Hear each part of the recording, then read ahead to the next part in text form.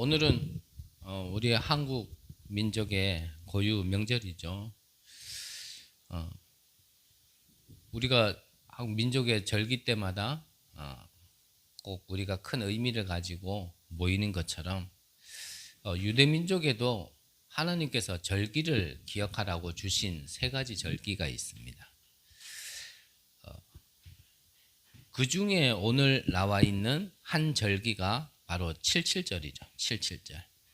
자, 그러면 우리가 이 세 절기에 대해서 간략하게 먼저 좀 이 내용이 무엇인가 한번 보도록 하겠습니다.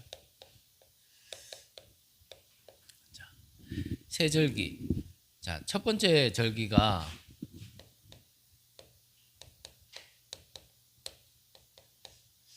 무교절이죠. 무교절은 무슨 의미냐면 빵에 보통 맛있게 먹으려 그러면 누룩을 넣어서 만들죠. 그래서 이제 이게 좀 부풀어야 딱딱하지 않고 부드럽고 또 맛이 있는데, 무교절이란 말, 무교라는 무슨 말이냐면 이 누룩을 넣지 않고 만든 빵이에요. 그러니까 이게 부풀지가 않으니까 첫 번째 딱딱하겠죠. 딱딱하니까 사실 맛이 없어요.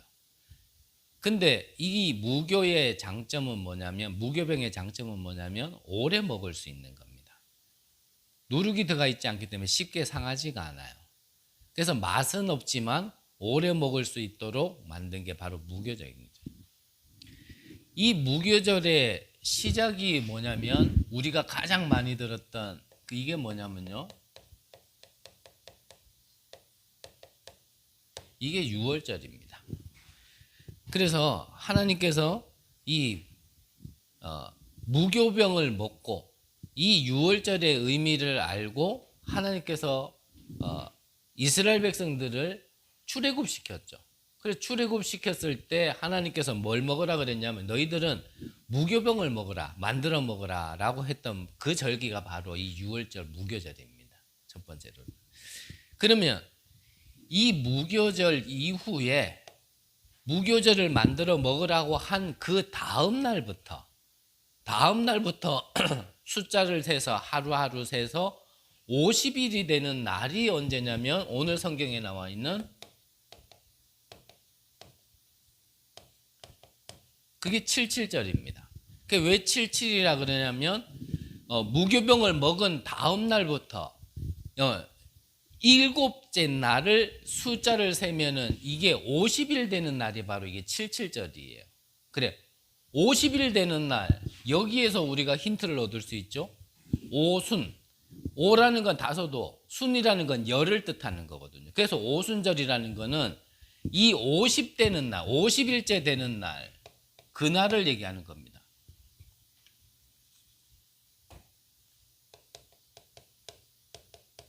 그날을 우리가 많이 들었던 오순절 날이, 이 77절이 오순절 날이 된 거죠.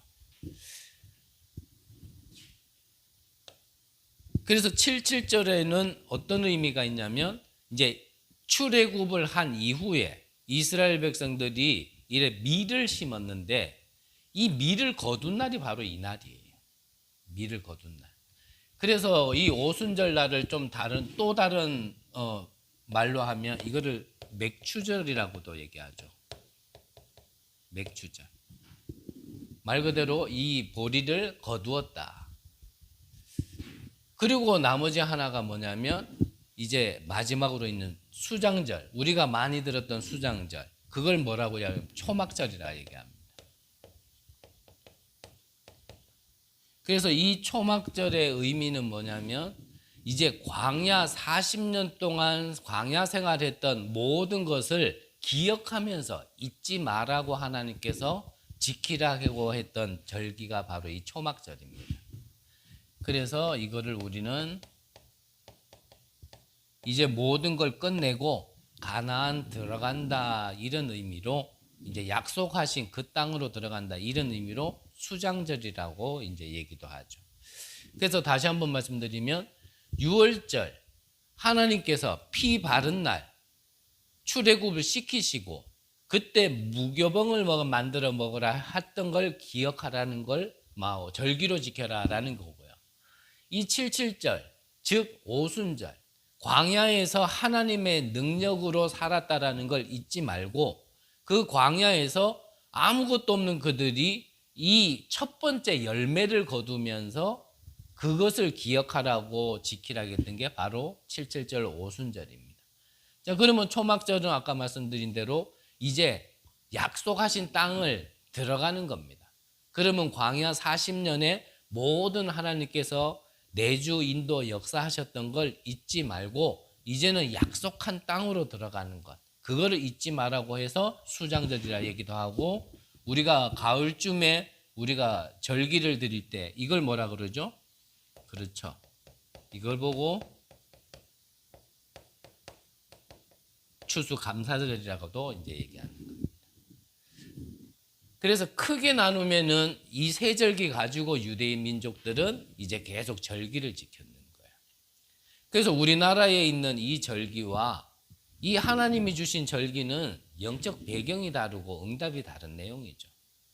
우리나라는 이 명절이라는 걸 통하여서 오히려 뭐 못 보던 친인척도 보게 되지만 빠지지 않고 하는 게 뭐냐면 이제 우상 앞에 절하게 되어지는 거예요.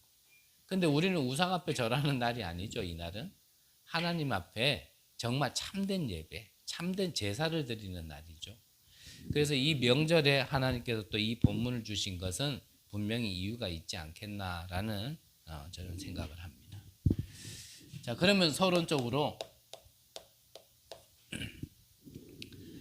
자, 하나님께서는 이 내용을 가진 자들을 하나님께서는 뭐라고 부르시냐면 성전이라고 불러요.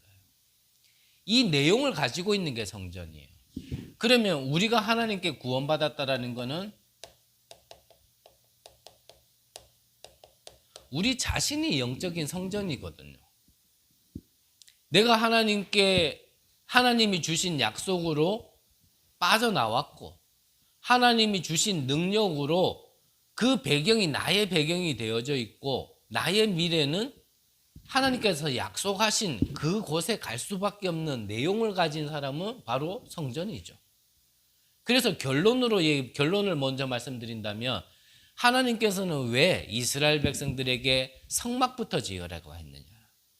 이 성막을 짓는다는 의미는 영적으로 볼 때는요, 큰 전쟁입니다. 쉽게 말하면 흑암에게요, 선포예요. 그래서 하나님은 그 영적 전쟁을 할 수 있는 사람이 이 영적 성전의 비밀을 가지지 않으면 반드시 이길 수 없기 때문에, 절대 불가능이기 때문에 하나님은 성막을 지으라 하신 겁니다. 본론에서 얘기하겠지만, 그래서 이 성막 안에 있는 하나하나가 전부 다요, 구원의 의미가 있는 거예요. 그 구원의 의미를 가지고 영적 전쟁에 나가라는 겁니다. 그렇지 않으면요, 판판이 실패하게 됩니다. 판판이. 이 영적 전쟁할 수 있는 성전을 세우는 근본적인 의미가 뭡니까? 이 성전 안에 잃어버렸던 세 가지, 237, 치유, 서밋. 즉 이방인의 뜰, 기도의 뜰, 아이들의 뜰. 이 성전 안에 이 교회가 가장 먼저 해야 될, 근본적으로 해야 될 내용이 바로 이거란 말이에요.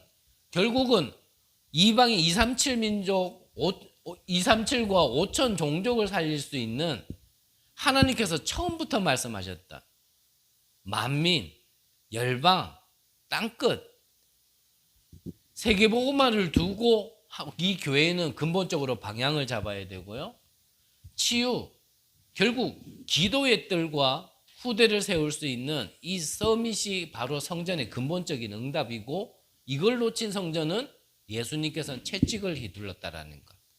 그래서 그걸 놓친 성전을 보고 돌 위에 돌 하나 남지 않겠다라고 말씀하셨는데 말씀 그대로 되어졌단 말이에요. 헤롯 성전이 어떤 정치적인 배경을 가지고 자기 자질을 지키게 하기 위하여서 지은 성전이거든요. 그래서 사도행전 3장에 보면 성전 미문이란 말도 이 성전이 굉장히 예쁘게 지었어요. 그게 어떻게 지었냐면 이 벽돌 사이에 이 부착할 수 있는 그 틈, 그 틈에다가 뭘 갖다가 집어넣어서 지었냐면 금가루를 넣는 거예요. 그러니까 멀리서 햇빛이 비치면 이 성전이 반짝반짝했는 거예요. 그 예쁘게 지은 것 중에서도 가장 예쁜 문, 그걸 보고 성전 미문이라고 얘기한 거예요. 그러니까 안질뱅이가 운명이는 잡혀 있었지만 영화는 뜨여 있는 거예요. 육신 육안은 떠 있는 거예요.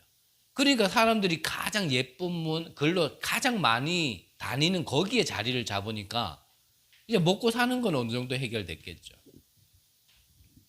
그런데 그 성전에 예수님이 말씀하신 대로 돌 위에 돌 하나 남지 않고 다 허물어지겠다 하고 말씀이 성취된 이유 중에 하나가 그 금가루를 넣기 때문에 그래요.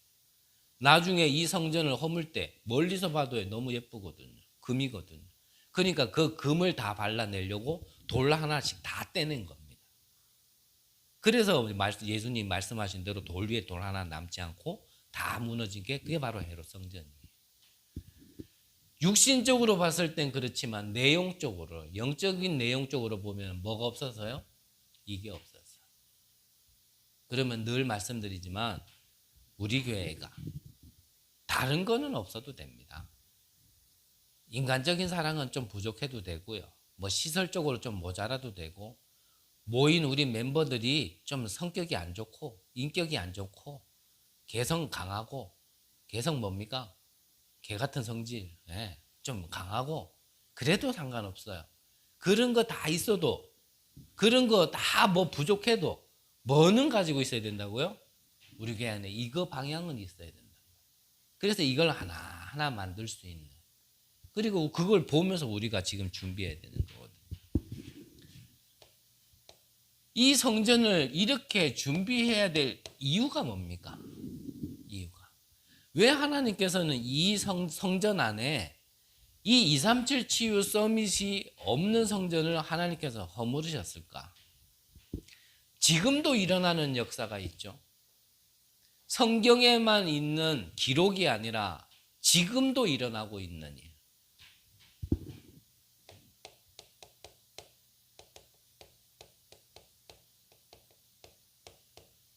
이 악령의 역사는 실제 지금도 일어나고 있는 일입니다. 이 사단은요,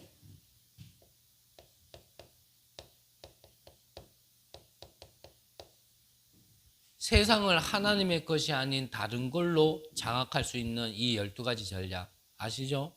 나, 육신, 성공, 사도행전 13장, 16장, 19장의 무속, 점술, 우상, 이게 문화라는 거로 이 속에서 빠져나올 수 없는 불신자 6가지의 상태.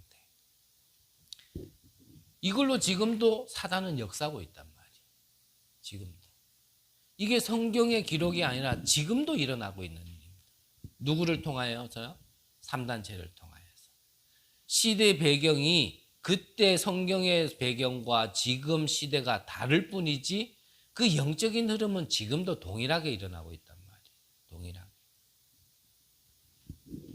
그래서 하나님께서는 이 영적 성전을 세우라는 겁니다.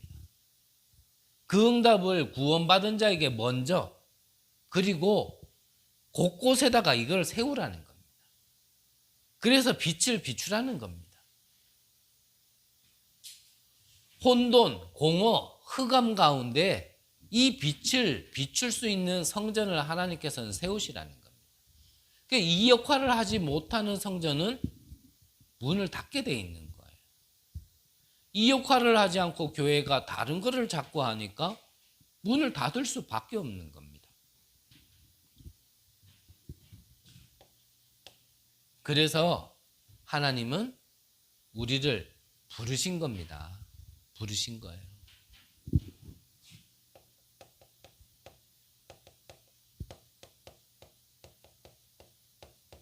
성령의 역사가 아니고는 막을 수 없기 때문에 고린도전서 3장 16절에 보니까 뭐라 말씀하셨습니까? 너희가 하나님의 성전인 것과 너희 안에 성령이 계신지 알지 못하느냐 그랬거든요.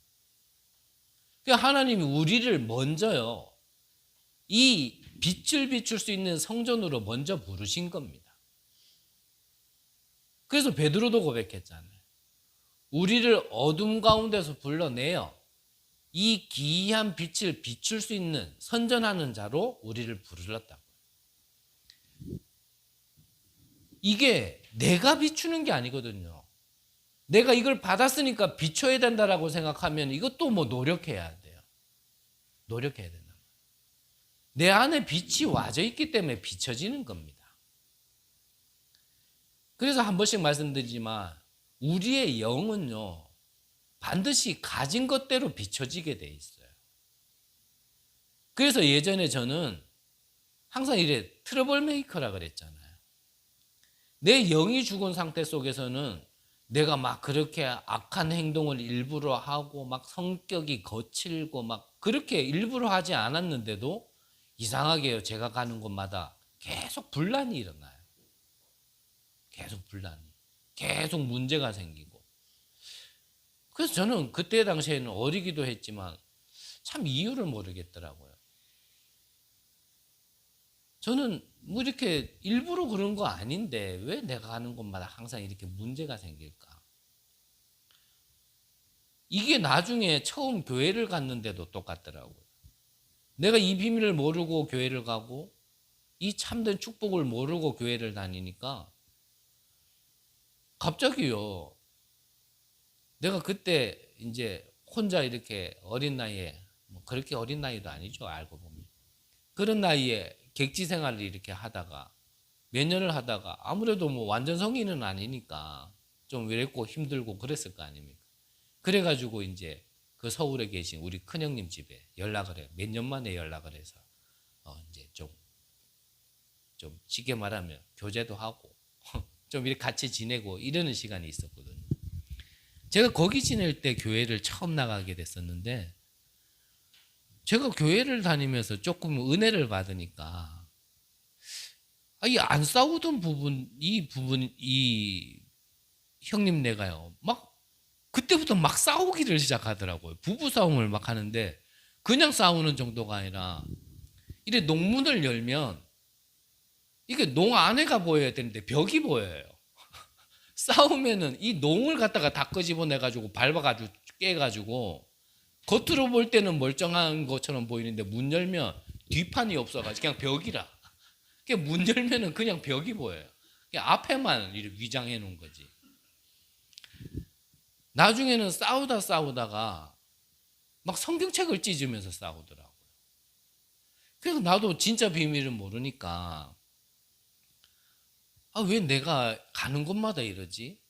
그게 나중에는 이렇게 영적인 부분에까지 영향을 주는데 나는 교회 가면 안 되는 사람인데, 일반적으로 세상 사람들이 얘기하는 종교 바꾸면 큰일 난다고.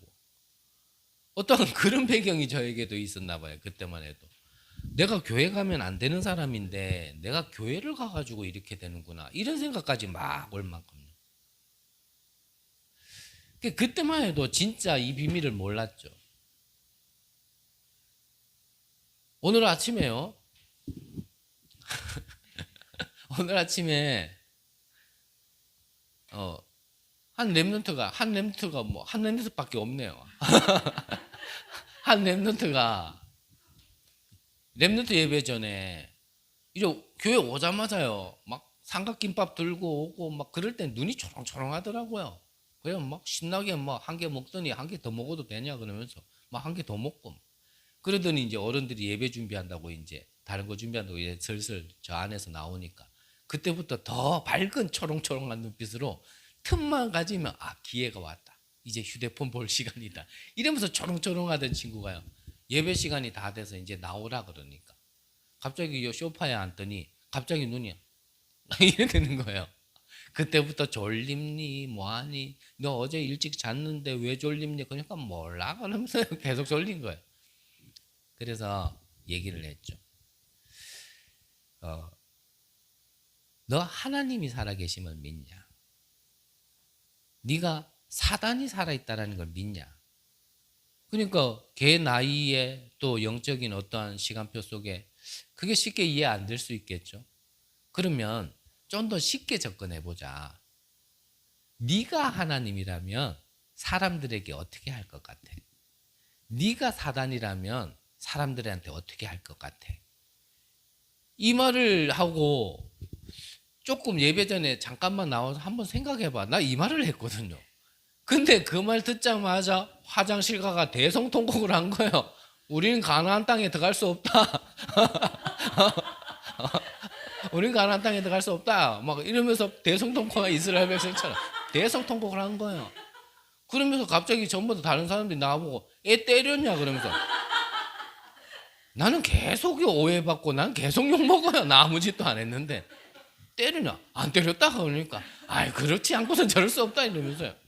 야, 뭔 얘기를 하려 합니까? 제가요 진짜 신학 마지막 학부를 다 지내고 연구원까지 다 마칠 그 무렵에 정말 이 복음이요 내게는 사실화가 되지 않는 거예요. 뭐 평신도 같으면 핑계라도 될 수 있죠. 근데 신학까지 한 교육자가 답이 안 되는 거예요. 그래서 마지막 학년 한 학년을 두고 내가 이대로 졸업한다면 이거는 내게는 나야 원래 그런 인간이니까 괜찮은데 이거는 RTS에 이거는 먹칠하는 거다. 나 같은 존재가 RTS 출신이라는 거 이거는 먹칠하는 거다. 이런 마음으로 한 학년을 갖다가 휴학하면서까지 진짜 답을 갖고 싶어서 그러면서 제가 한 교회로 인도받게 되어진 겁니다. 하나님 정말 저 마지막입니다. 여기서 하나님이 나에게 답을 주시지 않으면 나는 내 인생에 하나님의 세계복음화의 계획은 없는 거로 확실하게 믿고 나는 그냥 교회만 다니겠습니다. 다 내려놓고 내가 차마 교회까지는 떠나지는 못하겠고 내가 그냥 예배만 드리겠습니다. 나에게 세계복음화 말씀하시지도 말고 막연한 그런 뭐 희망 고문 같은 그런 말씀 언약 주시지 마세요. 저는 그때부터 그냥 예배만 드리겠습니다. 이런 마음으로요. 정말 한 교회를 선택해서 내가 선택한다기보다는 인도받아서요. 제가요. 인도받았어요. 그때 예배 가자마자요. 제가 목사님이 제일 잘 보이는 가운데 줄에 딱 앉아가지고요. 마음이 어떻겠습니까? 그때 마음이. 저는요. 정말 간절했거든요. 하나님, 여 마지막입니다. 내 인생의 마지막입니다. 이런 마음으로 메시지를 들으니 얼마나 초롱초롱하게 바뀌었어요. 랩런트가 휴대폰 찾아보듯이 초롱초롱하게 바뀌었죠. 그런데 갑자기요. 내 귀에서 들리는 소리가 들려요. 신비 아니고요. 이건 육성이 들렸어요. 뭐라 그럽니까? 동초이 눈 떠라. 야, 그렇게 그 마음으로 내가 메시지를 두고 예배를 드리는데 나도 모르게 눈을 감고 있더라. 갑자기요. 동초이 눈 떠라 그러는데요. 와, 온몸에서 땀이 확 쏟아지더라고. 야, 이건 뭐지? 이게 뭐지? 상관 있지만 별로 상관없는 얘기지만요. 그래서 우리가 정신 차린다고 되는 거 아닙니다. 그 간절한 마음으로 진짜 내 인생의 마지막이라는 마음으로 그 예배 참석했는데 내가 눈 감고 졸고 있더라니까요. 와, 동초이 눈 떠라 그러는데요. 온몸에 땀이 확 쏟아지는데 와, 이게 나구나. 이게 신학을 한다고 해서요. 여기서 자유로울 수 없습니다. 교육자 되면 자유로울 수 있습니까? 안 됩니다. 죄송합니다만 여러분들 평신도 입장에서는 중직자 되면 자유롭습니까? 직분으로 해결되는 거 아니라니까요. 이게 실제로 지금도 역사한다니까요. 그러면서 목사님께서 말씀 주신 게 뭐라 그랬냐면 저게 영이 죽어서 그렇다. 구원 못 받았다는 얘기가 아니잖아요. 내 영이 안 깨어 있다니까요. 아, 그거는요. 지금까지도 저 귀에 생생해요. 동초이 눈 떠라. 저게 영이 죽어서 그렇다. 그러면서 하시는 말씀이 저걸 몽둥이로 두들겨 패면 되겠냐. 저걸 달래고 얼른다고 되겠냐. 영이 죽어서 안 되는 데는 그거 안 되는 겁니다. 저는 제가 경험한 게 있기 때문에 그럽니다. 저를 못됐다라고 얘기해도 어쩔 수 없어요. 제가 잘해주는 거는 정말 여러분들의 영이 살으라고 제가 잘해주는 거고 여러분들은 뭐라 할 때는 영이 깨어 있으라고 제가 뭐라 하는 거지 저는 그게 목적이 아니라니까요. 잘해준다고 되는 게 아니고요. 뭐라 한다고 되는 게 아니더라니까요. 저는 알아요. 제가 왜 저렇게 조는지. 삼각김밥 먹을 때는 눈이 초롱초롱한데 휴대폰 볼 때는 모든 촉을 세워가지고 발자국 하나하나에 다 신경 쓰면서 누가 오면 딱 숨기고 누가 안 보면 딱 꺼내서 보고 그 정도로 깨어있는 애가 예배 시간만 되면 왜 졸리고 피곤한지 그래서 내가 한 랩런트한테는 처음에 계속 졸기를 얘기한 겁니다. 잠자지 말라가 아니에요. 잠을 못 자서 졸린 게 아니라니까요, 그게. 그래서 하나님께서 어떻게 해요? 내가 네 안에 함께 있을게. 네 안 되지. 그래서 내가 네 안에 들어갈게. 그래서 내가 네 주인 될게. 그러는데요, 우리의 불신앙이 이걸 계속 거부하는 거예요. 주인 돼서 멸망되지 않도록, 실패하지 아니하도록 그렇게 해서 계속 역사하시겠다라는데 싫어하거든요. 나는 내 거, 내 생각, 내 입장, 내 위치, 이거를 끝까지 고수하는 거예요. 그러니까요, 내가 하나님과 싸우니 아플 수밖에 없지. 그래서 나를 죽이려면 죽이고 살리려면 살리라고요. 그냥 하나님께 나를 그냥 탁 던지면 되는데 이게 안 되는 거예요. 그만큼 우리에게 이 불신앙이라는 게 얼마나 깊은지. 끝까지 나. 그걸 가지고 사단이 계속 역사하는 겁니다. 계속. 그래서 하나님이 내가 너를 성전 삼을게. 내가 너의 주인이 되어줄게. 그래야 끝난다라는 겁니다. 그런 나를 알게 했으면 이제 정확한 답으로 시작을 해야 되거든요. 그래서 그 랩런트 예배 드리면서 얘기를 했어요.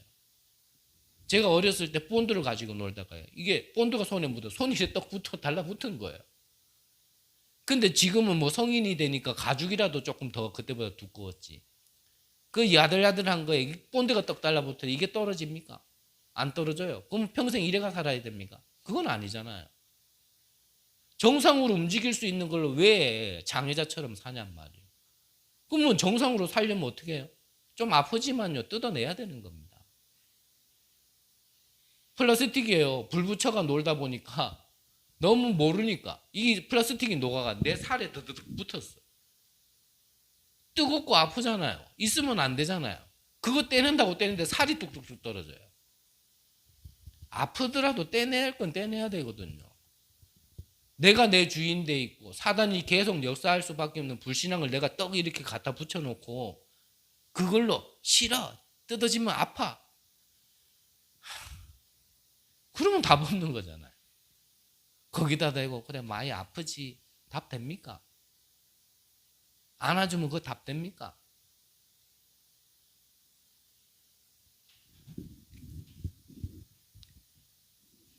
하나님이 그래서 우리를 성전 삼으라는 겁니다. 내가 먼저 하나님이 주신 구원 가지고 이 세절기의 비밀을 가지고 내가 정말 능력이 내 능력이 아니라 하나님의 능력이 하나님이 함께 하시는 비밀이 그걸로 내가 살고 정말 이 사단이 역사하는 지금 이 시대에 빛을 비출 수 있는 그 응답을 받아 누리라는 건데요. 이게 뭐 그렇게 어렵냔 말이에요. 어려운 이유는 하나예요. 내 거를 안 내려놔서 그래요. 내 거를. 나를 안 포기해요. 진짜 끝까지 안 포기해요. 끝까지 나.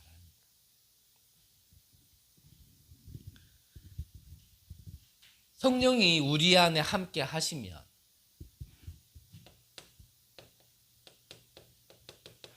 고린도후서 5장 17절에 보니까 뭐라 합니까? 그런즉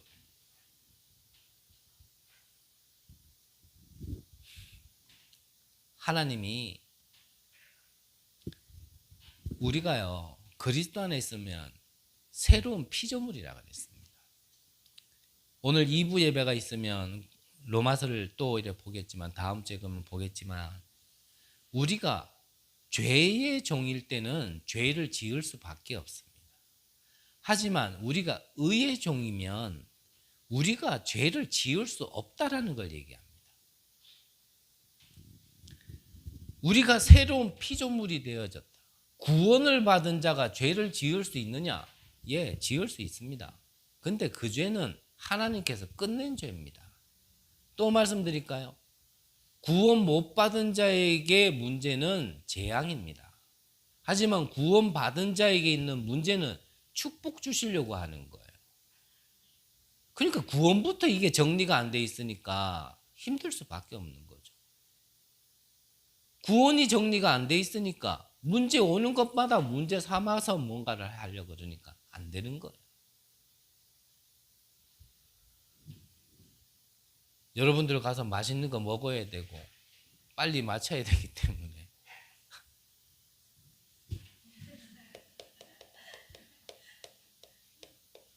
오늘 진짜 빨리 맞추려고 했는데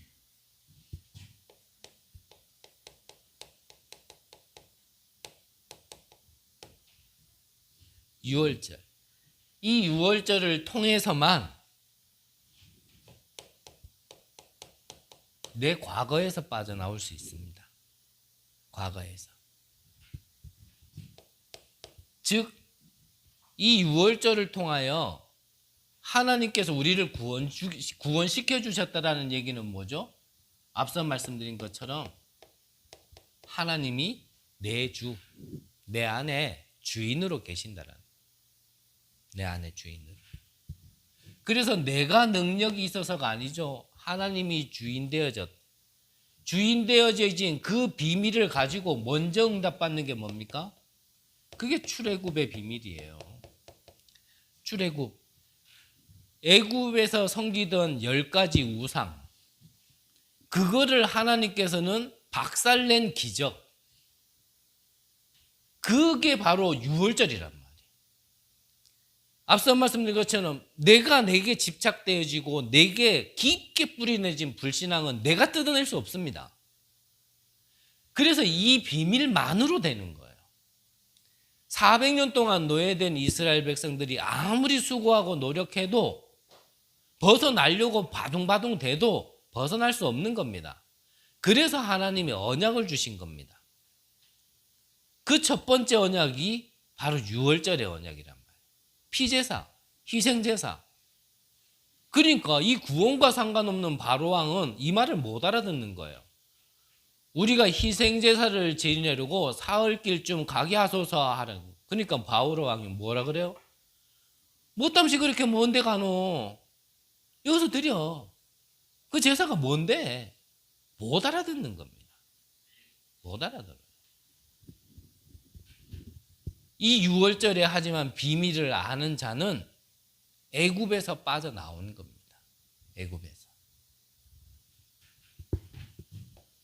자, 이 비밀 가지고 빠져나온 자에게 홍해라는 사람이 건널 수 없고 해결할 수 없는 문제를 만났어요. 이때가 하나님의 시간표입니다. 그렇죠? 절대 불가능의 상황이었는데 하나님은 그때가 절대 가능으로 역사하는 시간표였습니다. 이스라엘 백성들이 앞에는 바다가 막고 있고 뒤에는 애국 군대뿐만 아니라 특수부대까지 동원해가지고 쫓아오는 겁니다. 그때의 상황을 보면, 현실을 보면, 눈에 보이는 것만 보면 이스라엘 백성들처럼 이제 원망이 나오기 시작하는 겁니다. 우리가 애굽에 있을 때 누워 죽으면 묻힐 자리가 없어가지고 여기까지 끄집어내서 여기서 죽게 만드냐. 하나님이 우리를 구원시켜가지고 죽게 만들려고 끄집어냈습니까? 우리가 양심적으로도 하나님을 그렇게 믿으면 안 되죠. 그렇죠. 우리가 아무리 하나님을 안 믿어도 하나님이 나를 죽게 만들려고 나를 불렀냐. 이렇게 얘기하면 안 되죠, 그거는. 근데 이스라엘 백성들은 성경에 그렇게 돼 있다니까. 그러니까 지금이라도 돌아가자. 어디로요? 다시 재앙으로 돌아가자. 노예로 돌아가자. 멸망의 일로 돌아가자. 말도 안 되는 소리를 하는 겁니다. 그때 모세가 뭐라 그랬습니까? 너희는 가만히 서서 쉽게 말하면 나대지 말라는 겁니다.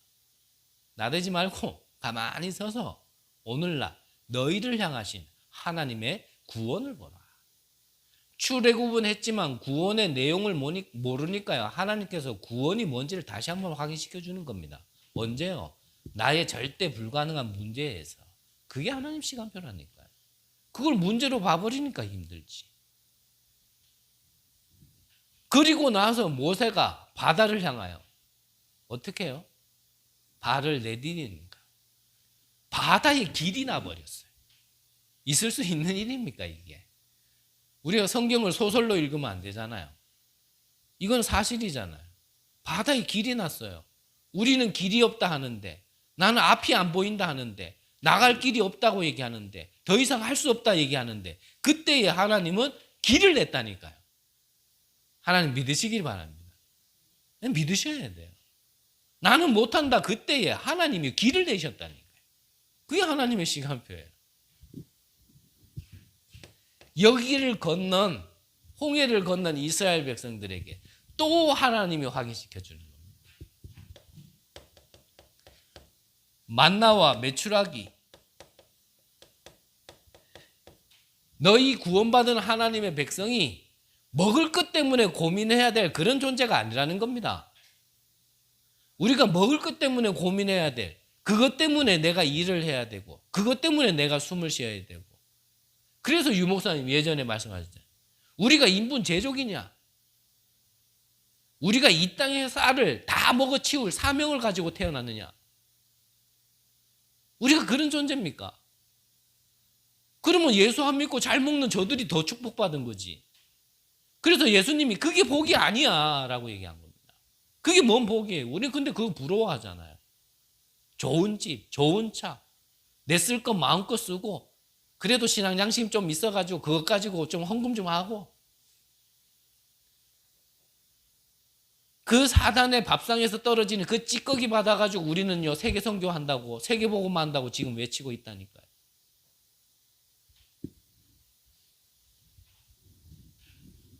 하나님께서 성막 안에 이 만나와 메추라기를 담고, 아론의 쌍난 지팡이를 담아놓고, 돌 위에 적힌 하나님의 말씀을 담아놓은 뭐를요? 언약궤. 이 언약궤가 있는 성막의 7가지 도구, 다 뭘 기억하라는 겁니까? 구원을 기억하라는 거예요. 구원을. 들어가면서 만지는 모든 것들, 들어가면서 보는 모든 것들, 다 너희들이 받은 구원을 잊지 말라는 건데, 우리는 다 상처는 하나도 잊지 않고 기억하면서 구원은 어떻게 그렇게 철두철미하게 잊고 다녔는지. 참 우리가 그만큼요 하나님 떠나서 우리에게 각인 뿌리 체질된 게 무섭다니까요. 문제만 만나면 돌아가자요. 문제만 만나면 옛것이 좋다라는 거예요. 오이 먹고 부추 먹고 참외 먹고 좋다. 노예로 사는 주제에 운명에게 잡혀가지고 아직 이 축복을 하나도 못 누리면서 그게 좋아가지고 못 나. 하나님 나 못 나요. 나와봐. 내가 책임질게. 못 나요. 벼랑에 매달려가지고 그 떨어질 거, 그 지푸라기는 잡아도요. 하나님의 영원한 구원의 손길은 안 잡는 게 우리 인간이라니까. 안 잡아요. 끝까지 안 믿어요. 그러면 너무 죽는데요. 나와봐. 죽는다니까요. 나와보라니까요. 맨날 이게는 뭐냐? 흑암과 영적 싸움하는 게 아니라 하나님과 싸우고 있어요. 맨날. 빨리 맞춰야 되는데.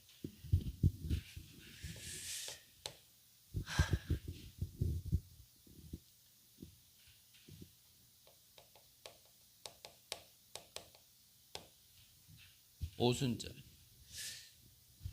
이 오순절의 능력이 오늘, 지금 내게 있어야 되는 겁니다. 오순절의 능력. 하나님의 능력. 그래야 나의 무능을 넘어설 수 있겠죠? 이 하나님의 능력으로 지금 나를 어떻게 해요? 인도하고 계신다라는 겁니다. 그래서 이 축복을 가장 근본적으로 받는 게 뭐냐면 예배란 말이죠.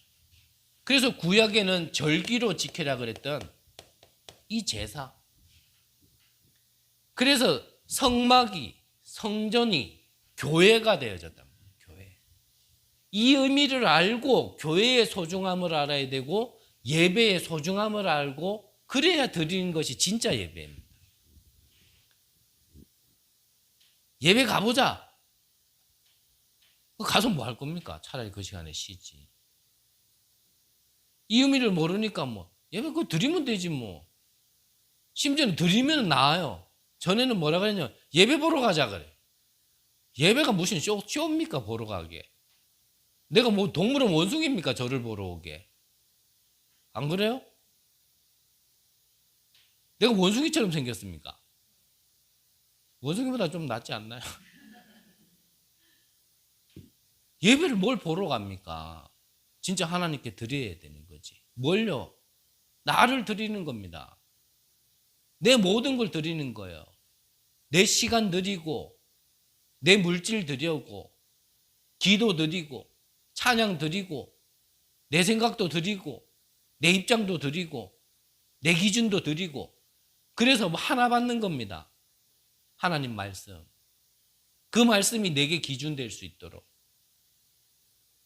그것대로 사는 겁니다. 그게 예배예요. 그 예배를 예배로 안 드리니까 내 걸 끝까지 고수하죠.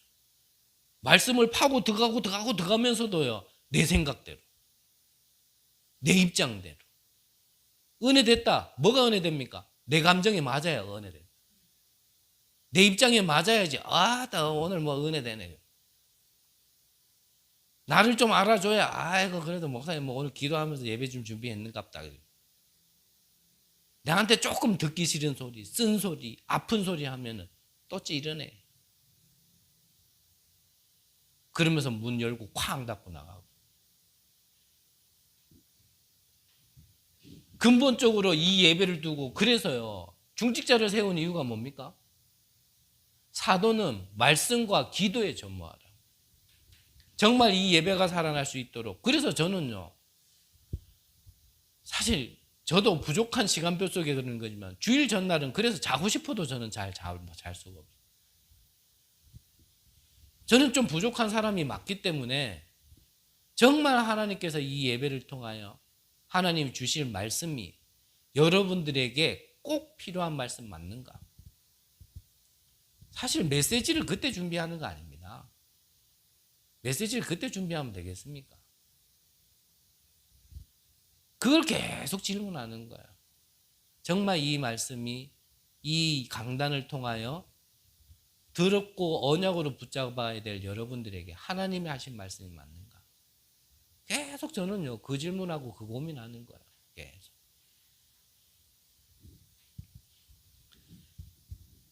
그래서 목사가 가장 먼저 이 강단을 통하여 정말 하나님의 말씀을 대언할 수 있는 그게 가장 근본이 먼저가 돼야 되겠죠. 그래서 여러분들이 저를 두고 기도하라는 거예요. 네, 기도하십니까? 뭐 알아서 하겠지 뭐. 네? 저 알아서 못합니다. 여러분들이 기도 안 하면 전 제 마음대로 합니다. 그게 여러분들에게 축복이라고. 그래서 이 강단에서 정말 복음만 계속 선포되도록.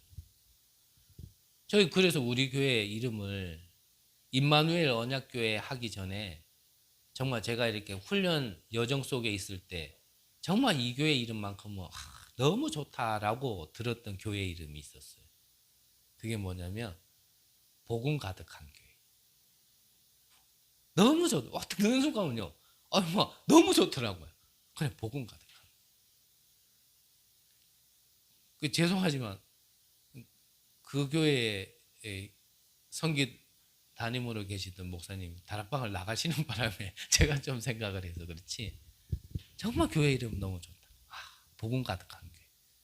뭔가 좀 너무 딱딱하게 뭐 오직 복음 이런 거 말고 복음 가득한 교회. 그냥요 그 말 듣는 데만 해도 저는 은혜되더라고요. 그래서 복음 가득한 교회 그러려고 하다가 지금 우리 임마누엘 언약교회를 했죠. 정말 이 강단에서 여러분들이 늘 기도하시잖아요. 저는 뜨끔뜨끔 하거든요. 여러분들 기도할 때마다. 목사님이 강단에서 복음만 말씀할 수 있는 그때만 저 뜨끔 얼마나 복음을 얘기 안 했으면 복음만 그래. 근데 그렇게 기도해야 돼. 그게 여러분들이 정말 자꾸 시간 가는데 그래서요. 첫째로는 이 강단에서는 이 목회자가 이 목사가 메신저가요. 정말 중요하단 말이에요. 그러면 그거를 믿고 여러분들은 기도하면서 정말 이 강단을 통하여 나오는 말씀이 여러분들의 삶에요. 진짜 언약으로, 성취로 이렇게 와줘야 된단 말이에요. 이게 교회지.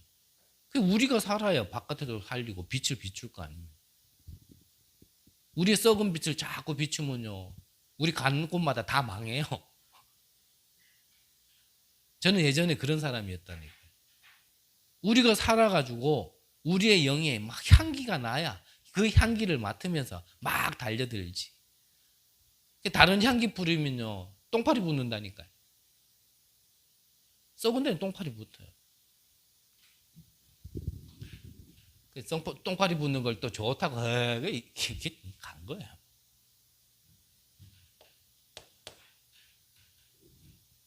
그래서 뭔가 내 답답함을 벗어나기 위한 집중, 그런 몸부림의 집중이 아닙니다. 이거는 구원받은 자는 막 그 과거에서 벗어나려고 그러고 오늘 현실에서 막 해방받아 보려고 막 몸부림치는 그거를 집중이라 하면 안 돼요. 그거는요, 집착이에요. 집착. 집중은 뭡니까? 하나님이 내게 주신 걸 갖다가 응답하시겠다고 약속하셨으니까 그걸 바라보는 게 집중이에요. 언약으로 주셨잖아요. 언약. 우리가 너무 많이 들었는 다른데 잘 놓치는 것 같아요. 언약. 약속의 말씀이잖아요. 약속의 말씀. 그 약속의 말씀을 대로 하나님은 역사하실 거니까 그걸 바라보는 게 집중이란 말이에요. 내가 집중하니까 하나님이 역사합니까? 천만의 말씀요. 뭐 하나님이 우리의 피조물입니까? 우리의 창조주지.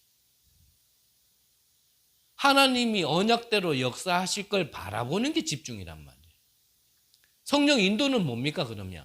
하나님이 역사하시는데 언제, 어디서, 어떻게 역사하시냐, 그걸 바라보면서 그 자리에 있는 게 인도예요. 막 인도 받아보려고 막, 전 제가 볼 때는 아닌 것 같아요. 그건.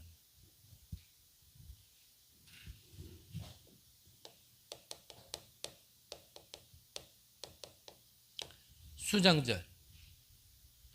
이거는 우리 인생에 가보지 않은 미래죠. 하지만 이미 끝난 미래입니다. 하나님의 절대 계획, 그 목표 속에 우리가요, 가게 돼 있는 그 미래입니다. 그래서 우리가 구원받으면 하나님께서 내주하시고, 하나님께서 우리에게 능력으로 인도하시고, 하나님께서 우리에게 함께 하시기 때문에 우리는 그리스도의 증인, 하나님의 증인 되는 거예요. 그래서 좋은 말은 이단이 다 갖다 썼어. 하나님의 증인, 이거 나쁜 말 아니거든요. 근데 이단이 자꾸 갖다 쓰니까 우리가 쓸 때는 좀 이상해. 여호와의 증인 이런 거 있잖아요. 우리 신약 시대 사니까 사실 뭐 그렇다고 여호와 하나님을 부인할 수도 없잖아요. 이단이 좋은 말은 다 갖다 썼어. 기쁜 소식 뭐 선교회, 정말 이 복음을 얘기하는 건데 좋은 말인데 이단이 다 갖다 써가지고 우리는요, 하나님이 함께 하시는, 여호와 함께 하시는 여호와 하나님의 증인으로서는 그 축복인 겁니다. 이것 가지고 가나안 들어가는 거예요.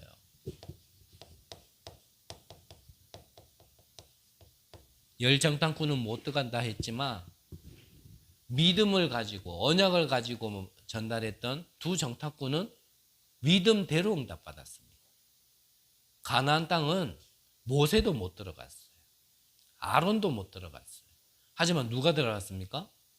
네, 그 믿음으로 선포했던 두 정탐꾼 여호수아와 갈렙이 광야에서 정말 이 복음이 각인된 후대들과 함께 들어간 겁니다.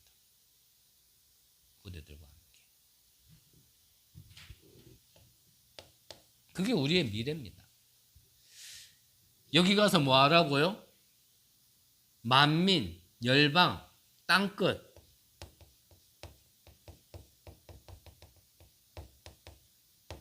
가나안에 이미 있는 31왕 7족속 세계보고 말하는 겁니다. 그래서 우리는 세계화를 해야 살 수 있는데 세계를 뭘로요? 복음으로 화시키는 겁니다. 그래서 세계 뭐 사랑화, 그거는 다른 단체에서 하라 그러고, 세계 뭐 복지화, 그건 다른 단체에서 하라 그러고, 우리는 뭐요? 세계 복음화.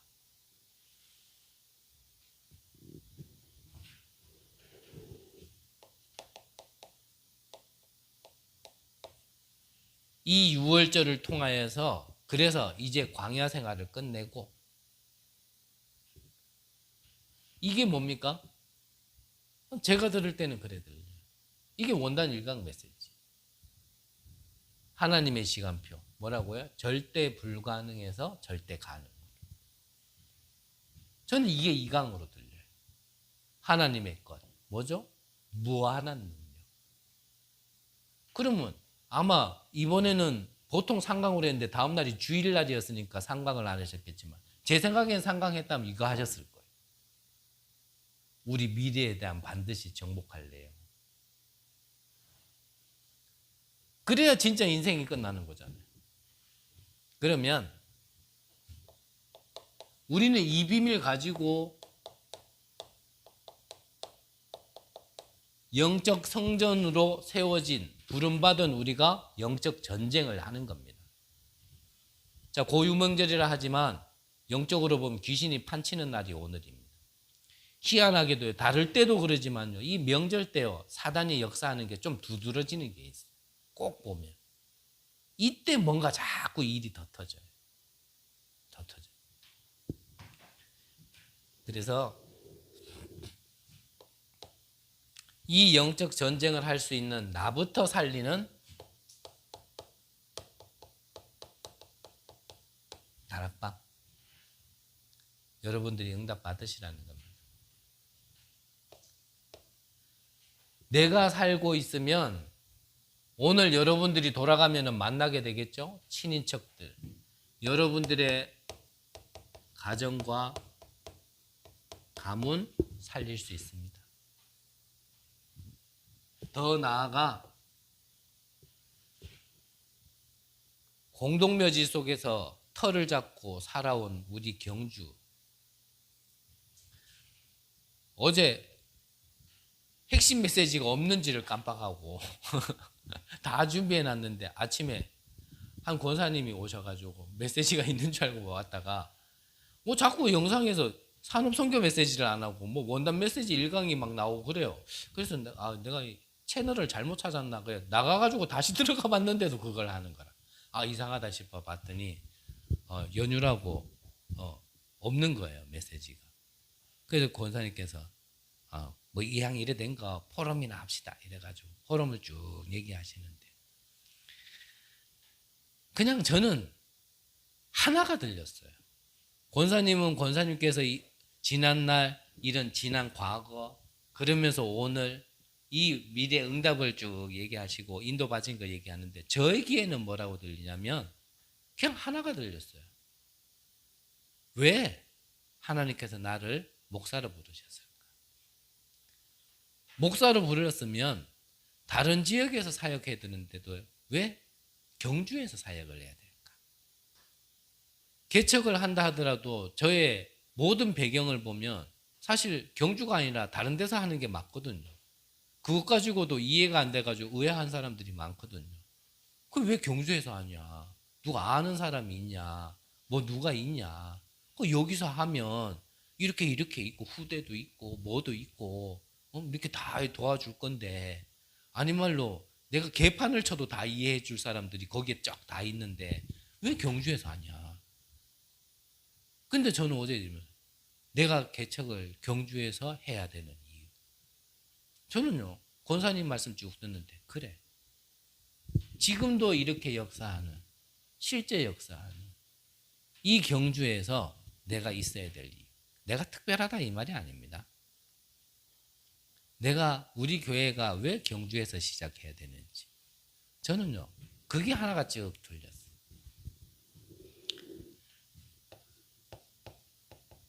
그래서 지역을 살릴 수 있는 이 파수망대 역할을 할 수 있는 한 23개의 지교회, 그래도 좀 작게 잡아서요.